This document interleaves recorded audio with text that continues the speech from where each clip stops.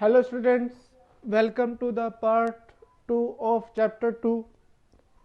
Part 1 के अंदर हमने आपको जनरल इंट्रोडक्शन बताया था चैप्टर स्ट्रक्चर ऑफ एटम का, मीन्स एटम की जो डिस्कवरी हुई थी वो कैसे हुई थी, एटम जो नेम होता है वो कैसे आता है। फिर हमने उसके सब एटॉमिक पार्टिकल्स बताए थे और सब एटॉमिक पार्टिकल्स का जो रिलेटिव मास होता है, उसका जो मास होता है, एक्चुअल मास, रिलेटिव मास और चार्ज के बारे में आपको बताया था। ठीक है। फिर हमने डिस्कवरी ऑफ इलेक्ट्रॉन के बारे में बताया था जो जे थॉमसन ने की थी। ठीक है। और चार्ज टू मास रेशियो भी किसने, जे थॉमसन ने ही कैलकुलेट किया था, E/m। और E/m की जो वैल्यू आई थी वो कितनी आई थी, 1.7 समथिंग आई थी, इंटू 10⁻11 किलोग्राम पर कूलम पर किलोग्राम आई थी। ठीक है। तो और वो भी कैथोड रे ट्यूब का यूज़ करके बनाई थी, डिस्कवर किया था। और साथ ही जो आपका इलेक्ट्रिक फील्ड और मैग्नेटिक फील्ड होता है उसकी मदद से उसको कैलकुलेट किया था। ठीक है। उसमें हमने जो कैथोड रेज होती है उसके प्रॉपर्टीज़ के बारे में भी बात की थी। ठीक है। कैथोड रे के अंदर क्या होता है, नेगेटिवली चार्ज पार्टिकल होते हैं जिसको हम इलेक्ट्रॉन बोलते हैं। ठीक है। Now we will start with the charge on electron, कि भाई इलेक्ट्रॉन के ऊपर कितना चार्ज होता है, इससे हम स्टार्ट करेंगे। क्योंकि अभी हमें सिर्फ E/m means charge to mass ratio पता है इलेक्ट्रॉन के लिए। ठीक है। तो आइए देखते हैं। Now we will discuss charge on the electron. The charge on an electron was given by R.A. Millikan. R.A. Millikan एक साइंटिस्ट है और उसके जो एक्सपेरिमेंट है, उनका जो एक्सपेरिमेंट था जिसकी वजह से उन्होंने ये चार्ज कैलकुलेट किया था, that is oil drop method. Oil drop method के अंदर क्या होता है, एक मतलब डायग्राम शो कर रखा है उन्होंने, वहाँ पर हम ऑयल की ड्रॉप्स उसमें एटम एनर्जी की तरफ से उस पर ड्रॉप करते हैं और एक्सरे की मदद से हम उसको चार्ज को मेजर कर सकते हैं। ठीक है। तो charge on electron was calculated is equal to -1.6 into 10⁻⁻19 coulomb. तो माइनस का साइन तो ये दिखाता है कि जो इसका मैग्नीट्यूड तो सेम ही रहता है, लेकिन उसके ऊपर नेगेटिव चार्ज रहता है। किसके ऊपर, इलेक्ट्रॉन के ऊपर। ठीक है। देन जो R.A. मिलिकन थे उन्होंने क्या किया, जब उनके पास इलेक्ट्रॉन के ऊपर चार्ज की वैल्यू आ गई और E/m की वैल्यू पहले ही जे थॉमसन ने कैलकुलेट कर दी थी, तब उन्होंने क्या किया कि E/m और चार्ज की वैल्यू को यूज करके इलेक्ट्रॉन का मास भी कैलकुलेट किया। तो इलेक्ट्रॉन का मास कैलकुलेट करने के लिए उन्होंने जो चार्ज आया था उसको E/m की वैल्यू से डिवाइड कर दिया। तो आपके पास क्या आया, 9.11 into 10⁻31 kilogram, that is the mass of an electron. तो मास ऑफ एन इलेक्ट्रॉन आपको ये याद ही रखना है, क्योंकि मोस्ट ऑफ द न्यूमेरिकल्स और क्वेश्चंस के अंदर जब मास नहीं गिवन होता है, लेकिन वहाँ पर अगर इलेक्ट्रॉन वर्ड दे दिया कि भाई एक इलेक्ट्रॉन मूव कर रहा है, इसका मतलब कि जो मास है वो 9.11 इंटू 10⁻31 किलोग्राम। ठीक है। ये आपको याद रखना है। Now we will talk about the discovery of proton, that is Rutherford. Means there may be contradiction that it is discovered by Goldstein or Rutherford, but I would say that it is Rutherford who named it proton। but हाँ, आप ये कह सकते हैं कि जो positively charge होते हैं उसको खोज गोल्डस्टीन ने की थी, पॉजिटिव चार्ज की खोज। लेकिन जो प्रोटॉन नाम दिया था और वो कैसे आया था वो रदरफोर्ड ने बताया था। तो जिस तरीके से इलेक्ट्रॉन की खोज करते टाइम पहले हम कैथोड रेज के बारे में पढ़ते हैं, वैसे ही हमें एनोड रेज या कैनल रेज की भी ज़रूरत पड़ेगी। तो E. गोल्डस्टीन एक साइंटिस्ट थे, उन्होंने जब देखा कि भाई किसी भी एटम के अंदर से अगर नेगेटिव चार्ज आ रहा है तो इसका मतलब है कि वहाँ पर पॉजिटिव चार्ज भी होना चाहिए, क्योंकि जो एटम होता है किसी भी एलिमेंट का या किसी भी मैटर का, वो इलेक्ट्रिकली न्यूट्रल होता है। मीन्स उसके ऊपर जो नेट चार्ज होता है वो जीरो होता है। ठीक है, तो जब वहाँ पर इलेक्ट्रॉन डिस्कवर हो गया तो उनके माइंड में आया कि भाई कहीं ना कहीं वहाँ पर पॉजिटिव चार्ज भी है। ठीक है, तो पॉजिटिव चार्ज है इसकी खोज करने के लिए उन्होंने क्या किया, जो कैथोड रे एक्सपेरिमेंट होता है उसी में क्या किया उन्होंने, जैसे हमने एनोड के अंदर हमने होल्स किए थे उसी तरीके से उन्होंने कैथोड के अंदर भी होल कर दिया और कैथोड के पीछे क्या लगा दी, जेडएनएस की कोटिंग लगा दी, फ्लोरोसेंस की या फॉस्फोरेसेंस एक कंपाउंड होता है जेडएनएस मींस जिंक सल्फाइड, उसकी कोटिंग कर दी। ठीक है, तो जब उन्होंने ये ऑब्जर्व किया कि भाई जब कैथोड की तरफ से एनोड की तरफ रेज जाती हैं तो उसी टाइम एनोड की तरफ से कुछ रेज निकलती है जो कैथोड की तरफ जाती है। ठीक है, जो एनोड की से कैथोड की तरफ जाती हैं और उनके ऊपर पॉजिटिव चार्ज पार्टिकल होते हैं, उनको क्या बोलते हैं, कैनल रेज बोलते हैं। और इनका जो बिहेवियर होता है वो बिल्कुल क्या होता है, कैथोड रेज के बिहेवियर के बिल्कुल अपोजिट होता है। ठीक है, तो ऐसे रेज को क्या बोला गया, कैनल रेज, एनोड रेज या पॉजिटिव रेज बोला गया। यहाँ पर आप देख सकते हैं किस तरीके से ये हुआ था। तो जैसे ही हम हाई वोल्टेज अप्लाई करते हैं तो परफोरेटेड का मतलब होता है जिसके अंदर हम होल कर देते हैं।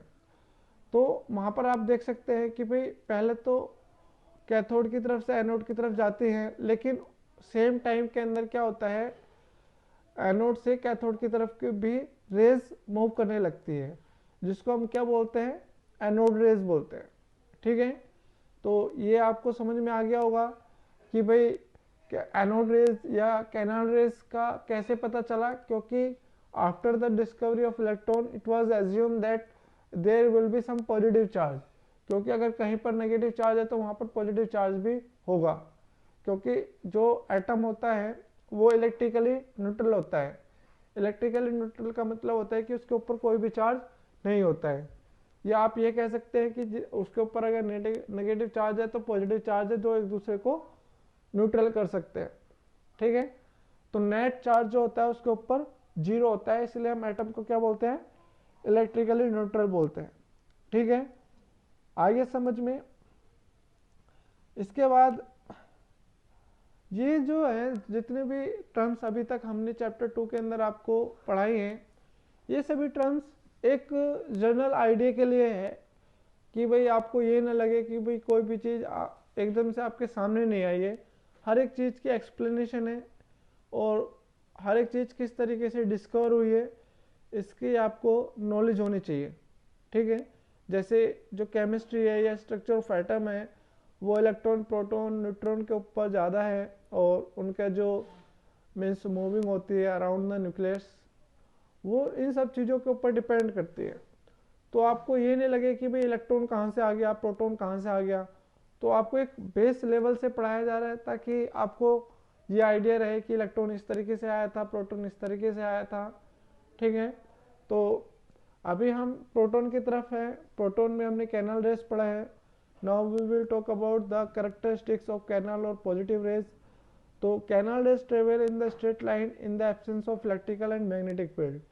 इलेक्ट्रिक और मैग्नेटिक फील्ड के प्रेजेंस में जो कैनल रेज होती हैं वो स्ट्रेट लाइन में ट्रेवल करती हैं। The positively charge particle depends on the nature of gas present in the cathode raise. जिस तरीके से इलेक्ट्रॉन जो नेगेटिवली चार्ज पार्टिकल होते हैं कैथोड रेज के अंदर वो नेचर ऑफ गैस के ऊपर डिपेंड नहीं करते, लेकिन कैनल रेज के अंदर क्या होता है, जो पॉजिटिवली चार्ज पार्टिकल होते हैं वो गैस की नेचर के ऊपर क्या करते हैं, डिपेंड करते हैं। ठीक है, this are the simply the positively charge gases ion. तो आप कह सकते हैं कि जो कैनल रेज के पार्टिकल्स होते हैं वो mostly positively charge gases ion होते हैं जिनके ऊपर पॉजिटिव चार्ज होता है, क्योंकि वो इलेक्ट्रॉन लूज कर देते हैं। The charge to mass ratio is not constant. जो चार्ज टू मास रेशियो होता है कैथोड रेज के अंदर वो कांस्टेंट नहीं होता है, ठीक है, क्योंकि it depends on the nature of the gas, ठीक है, from which they are originated का मतलब है जिससे वो प्रोड्यूस हुए, जिस गैस से। Some of the positive charge particles carry a multiple of fundamental unit of electric charge. जो कुछ पॉजिटिव चार्ज पार्टिकल्स होते हैं उनके ऊपर बहुत ज़्यादा पॉजिटिव चार्ज होता है, फंडामेंटल चार्ज इलेक्ट्रिक चार्ज होता है। जैसे इलेक्ट्रॉन के ऊपर अगर हम बात करें फंडामेंटल चार्ज -1 होता है, लेकिन जो पॉजिटिव चार्ज पार्टिकल होते हैं उनके ऊपर -1 भी हो सकता है, -2 भी हो सकता है, -3 भी हो सकता है, ठीक है। तो multiple fundamental unit of charge होता है। The behaviour of canal rays is opposite to the cathode rays in the magnetic and electric field. तो कैनल रेज का जो बिहेवियर होता है वो कैथोड रेज के बिल्कुल अपोजिट होता है इन the magnetic field and electric field. Means जैसे कैथोड रेज इलेक्ट्रिक फील्ड में किसकी तरफ जाती है, पॉजिटिव टर्मिनल की तरफ जाती है, उसी तरीके से जो कैथोड रेज है वो अपोजिट मीन्स नेगेटिव टर्मिनल की तरफ जाएंगी, और जो पॉजिटिव रेज है वो मैग्नेटिक फील्ड में साउथ पोल की तरफ बेंड करती है, ठीक है। तो इस तरीके से आप अगर आपको कैथोड रेज की प्रॉपर्टी याद हो जाती है तो you can learn the properties of canal rays because these are the just opposite. और आपको ये याद रखना है कि जो कैनल रेज के अंदर पॉजिटिव चार्ज पार्टिकल होते हैं उनकी जो नेचर होती है वो गैस के ऊपर डिपेंड करती है, और उनका जो चार्ज होता है वो multiple fundamental unit of electrical charge होता है। मीन्स उसमें जो इलेक्ट्रिक चार्ज है वो एक से ज़्यादा हो सकता है, मीन्स +2 हो सकता है, +3 हो सकता है, ठीक है, और +1 होता है। लेकिन इलेक्ट्रॉन के ऊपर चार्ज हमेशा -1 ही रहता है। फंडामेंटल रिलेटिव चार्ज की बात कर रहे हैं हम, ठीक है। Now charge to mass ratio of oppositely charge particle, जिस तरीके से हमने चार्ज टू मास रेशियो किसका किया था, इलेक्ट्रॉन के लिए किया था, वैसे ही हम charge to mass ratio positive charge particle के लिए करते हैं। और E/m जो होता है पॉजिटिव चार्ज पार्टिकल के लिए वो गैस की नेचर के ऊपर डिपेंड करता है। लेकिन जब हमने हाइड्रोजन गैस को डिस्चार्ज ट्यूब के अंदर लिया था तो डिस्चार्ज इसके केस में जो E/m की वैल्यू होती है वो मैक्सिमम होती है, किसके लिए, हाइड्रोजन गैस के लिए, that is 5.98 × 10⁷ coulomb per kilogram, ठीक है। और इसके ऊपर जो चार्ज मेजर किया गया वो 1.6 × 10⁻⁻19 कूलम किया गया, किसके लिए, हाइड्रोजन के लिए। तो जो मास आया किसका, हाइड्रोजन के अंदर जो पॉजिटिवली चार्ज पार्टिकल होता है means H positive ion, that was considered to be 9.58 × 10⁷ upon 1.6 × 10⁻⁻19। इसको हम करेंगे तो ये आएगा 1.6726, हमने लिखा नहीं, 1.67 × 10⁻⁻27 किलोग्राम। तो smallest and largest positive ion was obtain from hydrogen and it was called proton by Rutherford. तो जो प्रोटॉन किसको नाम दिया गया, प्रोटॉन उसको नाम दिया गया जो सबसे स्मॉलेस्ट और लाइटेस्ट पॉजिटिव आयन होता है जो कि हमें हाइड्रोजन गैस से मिलता है, and it was named as proton by Rutherford. The mass nearly, जो मास आपका पॉजिटिव आयन के लिए प्रोड्यूस हुआ वो नियरली किसके इक्वल था, हाइड्रोजन के मास के इक्वल था। इसलिए जो मास का जो प्रोटॉन का मास होता है उसको हम क्या कर देते हैं, 1 यूनिट मास मान लेते हैं। फिर हम हर एक पॉजिटिव चार्ज का जो क्या होता है, हर एक पॉजिटिवली चार्ज पार्टिकल का जो मास होता है इसी के रेस्पेक्ट में हम मेजर करते हैं। मीन्स इसके रेस्पेक्ट में हमने मेजर किया हीलियम के लिए, तो हीलियम का मास आता है 4 यूनिट पॉजिटिव, मतलब 4 यूनिट आता है। मतलब जो हीलियम होता है वो हाइड्रोजन से जो पॉजिटिव आयन निकलता है उससे 4 टाइम्स हैवियर हो गया, ठीक है। तो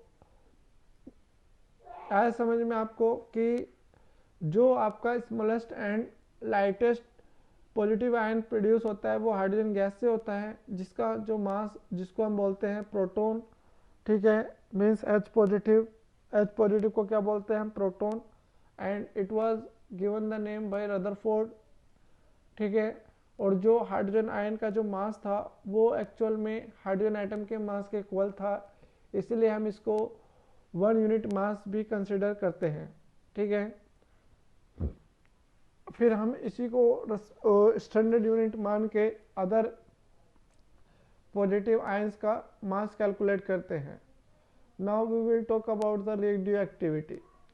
जो रेडियो एक्टिविटी थी it was discovered by Henry Becquerel. ठीक है, हेनरी बैक्यूरेल ने सबसे पहले रेडियो एक्टिविटी डिस्कवर की थी। उन्होंने क्या किया था, वो कोई एक्सपेरिमेंट कर रहे थे। ठीक है, तो एक्सपेरिमेंट कर रहे थे तो उन्होंने एक एक्सपेरिमेंट के अंदर क्या किया, एक ट्यूब ली, उसके अंदर कुछ मटेरियल रखा और वो मटेरियल रख के वो रात को चले गए। सुबह आके देखा तो वो मटेरियल क्या हो गया, ब्लैकिश हो गया। मतलब उन्होंने किसी और कलर का मटेरियल रखा और ब्लैक हो गया खुद ब खुद। तो उन्होंने देखा कि भाई इसमें से कुछ ना कुछ तो हुआ है। तो उन्होंने ये कंक्लूजन निकाला कि भाई कुछ सब्सटेंस होते हैं या कुछ एलिमेंट्स होते हैं जो अपना आप ही रेडिएशन इमिशन करते रहते हैं। तो इस फिनोमिना को, जिसमें कोई भी सब्सटेंस या एलिमेंट होते हैं जो इटसेल्फ ऑटोमेटिकली क्या करते हैं, रेडिएशन इमिशन करते हैं, ऐसे फिनोमिना को तो रेडियो एक्टिविटी बोला। और जो एलिमेंट इस रेडियो एक्टिविटी को शो करते हैं उनको रेडियो एक्टिव एलिमेंट बोला जाता है। ठीक है, आया समझ में? रेडियो एक्टिव एलिमेंट कौन से होते हैं, जो खुद ही क्या करते हैं, कोई भी रेडिएशन इमिट करते हैं। जैसे आपने देखा हो बहुत बार खबर आती है कि भाई कोई रेडिएशन से मर गया, या कोई किसी इलेक्ट्रिकल जो डस्ट वो होता है, इलेक्ट्रिकल वेस्ट होता है, उसमें काम करते करते किसी की डेथ हो जाती है। तो वो डेथ किस वजह से होती है, क्योंकि उन इलेक्ट्रिकल वेस्ट में से कोई ना कोई सब्सटेंस ऐसा होता है जो रेडिएशन इमिट करता रहता है। वो रेडिएशन जैसे किसी इंसान के कांटेक्ट में आती है उसकी वजह से उसको डेथ हो जाती है, क्योंकि इन रेडिएशन की जो एनर्जी होती है वो बहुत हाई होती है। ठीक है, तो आपको पता चल गया रेडियो एक्टिविटी किसने डिस्कवर की थी, हेनरी बैक्यूरेल ने डिस्कवर की थी। और रेडियो एक्टिविटी क्या होती है, वो फिनोमिना होता है जिसके अंदर कोई भी एलिमेंट या सब्सटेंस ऑटोमेटिकली रेडिएशन इमिशन करता है। और जो सब्सटेंस रेडियो एक्टिविटी शो करते हैं हम उनको रेडियो एक्टिव एलिमेंट्स बोलते हैं। जैसे फर्स्ट ग्रुप की बात करते हैं तो जैसे फ्रांसियम होता है, ठीक है, और रेडियम होता है, रेडोन होता है, पोलोनियम हो गया, थोरियम हो गया, यूरेनियम हो गया, ये सभी क्या है, ये सभी रेडियो एक्टिव एलिमेंट्स है। ठीक है, now we will talk about the discovery of neutron. तो जो न्यूट्रॉन होता है उसकी जो डिस्कवरी हुई थी वो किसने की थी, जेम्स चैडविक ने की थी। सर जेम्स चैडविक भी बोला जाता है इनको। ठीक है, तो डिस्कवरी ऑफ प्रोटॉन करने के लिए उन्होंने ये बताया कि भाई जो मास आता है पॉजिटिव चार्ज आयन का वो तो कुछ ज़्यादा था। जैसे हाइड्रोजन को छोड़कर, जैसे हम बात करते क्लोरीन या एनी अदर एटम की, तो उन्होंने देखा कि भाई कहीं ना कहीं, और जो न्यूट्रॉन की डिस्कवरी हुई थी वो प्रोटॉन की डिस्कवरी से 12-13 साल बाद हुई थी। ठीक है, 1919 से 1932 में की गई थी किसकी, न्यूट्रॉन की डिस्कवरी। तो ये कैसे की गई थी कि एक बेरिलियम एलिमेंट होता है, बेरिलियम एलिमेंट की एक बहुत पतली सी हमने क्या ली, शीट ली। तो उस शीट के अंदर हमने क्या किया, अल्फा पार्टिकल किसको बोला जाता है, हेलियम को, 2He4 ठीक है, electrical neutral particle having a mass slightly greater than. तो क्या किया हमने, उसके ऊपर उसके बम्बार्डमेंट का मतलब है कि उससे अटैक कराया, बहुत सारे पार्टिकल उस फॉइल के ऊपर अटैक कराए। तो क्या होता है कि इलेक्ट्रिकल न्यूट्रल पार्टिकल और जिसका जो मास होता है वो प्रोटॉन के मास से थोड़ा सा ज़्यादा होता है, वो इमिट करता है। और इस पार्टिकल को जो नाम था वो न्यूट्रॉन दिया गया क्योंकि इसके ऊपर कोई भी चार्ज नहीं था, ठीक है, ना पॉजिटिव चार्ज ना नेगेटिव चार्ज। तो न्यूट्रॉन के ऊपर जीरो चार्ज था, कोई भी चार्ज नहीं था किसी भी तरीके का, ना पॉजिटिव ना नेगेटिव। तो इसलिए हम इसको क्या नाम देते हैं, न्यूट्रॉन नाम देते हैं। तो आप यहाँ पर देख सकते हैं 49b plus 2 4He, it will give C6C12 plus 0n1। तो 0n1 इज द न्यूट्रॉन, जिसका जो एटॉमिक नंबर तो जीरो होता है, लेकिन उसका जो मास होता है वो 1 यूनिट होता है, और इसका जो मास होता है it is slightly greater than the mass of proton. 1.6726 होता है और ये 1.6749 होता है, ठीक है। तो आज जो हमने क्या है वो आपको समझ में आ गया होगा। ये सिंपल है कि भाई हम जो न्यूट्रॉन होता है उसकी डिस्कवरी करने के लिए क्या क्या, बेरिलियम की एक थिन शीट ली थी, उसके ऊपर अल्फा पार्टिकल की बॉम्बार्डमेंट की जाती है, जिससे एक इलेक्ट्रिकली न्यूट्रल पार्टिकल निकलता है, जिसका जो मास होता है वो प्रोटॉन के मास से थोड़ा सा ज़्यादा होता है, लेकिन उसके ऊपर कोई भी चार्ज नहीं होता है, इसलिए हम उसको न्यूट्रॉन बोलते हैं। यहाँ पर ये इक्वेशन लिखी हुई है, इसको आप पढ़ सकते हैं। 4b9 plus 2He6 it will give 6C12 plus 0n1, ठीक है। और प्रोटॉन किसको बोला गया था, प्रोटॉन जो हाइड्रोजन से पॉजिटिवली चार्ज आयन मिलता है that is H positive ion, उसको प्रोटॉन बोला गया था, और वो किसने बोला था, रदरफोर्ड ने, ठीक है। और जो पॉजिटिवली चार्ज पार्टिकल होते हैं कैथोड कैनोड रेज या एनोड रेज के अंदर, वो जो गैस होती है उसके नेचर के ऊपर डिपेंड करते हैं, E/m की वैल्यू कांस्टेंट नहीं होती है, ठीक है। तो ये सारी चीज़ें आपको याद रखनी है, इसमें आपसे कंपटीशन में क्वेश्चन किया जा सकता है। और जो स्ट्रक्चर ऑफ एटम होता है वो बहुत इजी होता है, इसमें कोई ज़्यादा रॉकेट साइंस नहीं है, ठीक है। इसको अगर आप बेसिक से पढ़ेंगे और हर एक टर्म को समझने की कोशिश करेंगे, ठीक है। इसमें ये नहीं है कि भाई आप सिर्फ चीज़ों को रटना स्टार्ट कर दीजिए, ठीक है। अभी हमारा इलेक्ट्रॉन, प्रोटॉन और न्यूट्रॉन तीनों हो चुके हैं, ठीक है। अब जो हम बात करेंगे वो एटॉमिक मॉडल्स की बात करेंगे, क्योंकि जब आपके पास इलेक्ट्रॉन, प्रोटॉन और न्यूट्रॉन तीनों चीज़ें आ जाते हैं तो आपके पास एक चीज़ बच जाती है कि भाई अब ये तीन पार्टिकल्स हो गए किसके, एटम के। लेकिन ये तीन पार्टिकल अरेंज किस तरीके से होते हैं, या तीनों एक साथ होते हैं, या तीनों दूर दूर होते हैं, या कुछ और भी होता है। तो ये सारी चीज़ें हमें किस में पढ़ेंगे, हम एटॉमिक मॉडल्स के अंदर, ठीक है। तो आज के लिए सिर्फ इतना ही। इस वीडियो को लाइक कीजिए, शेयर कीजिए, और अगर आपने चैनल सब्सक्राइब नहीं किया है तो उसको सब्सक्राइब कीजिए। लेकिन कीप स्टडिंग, ठीक है, पढ़ते रहिए, घर पर रहिए, सेफ रहिए। और आपके जो भी डाउट आते हैं वो आप हमें कमेंट्स में या मैसेज करके बता सकते हैं, but you have to watch each and every video for the better understanding and for the continuity of the topics, ठीक है। हर एक टॉपिक जो होता है, हर एक चैप्टर का, वो आगे वाले टॉपिक से और पीछे वाले टॉपिक से कहीं ना कहीं थोड़ा बहुत लिंक्ड होता है, तो वो आपको याद रखना है, ठीक है। तो आज के लिए सिर्फ इतना ही। Thank you.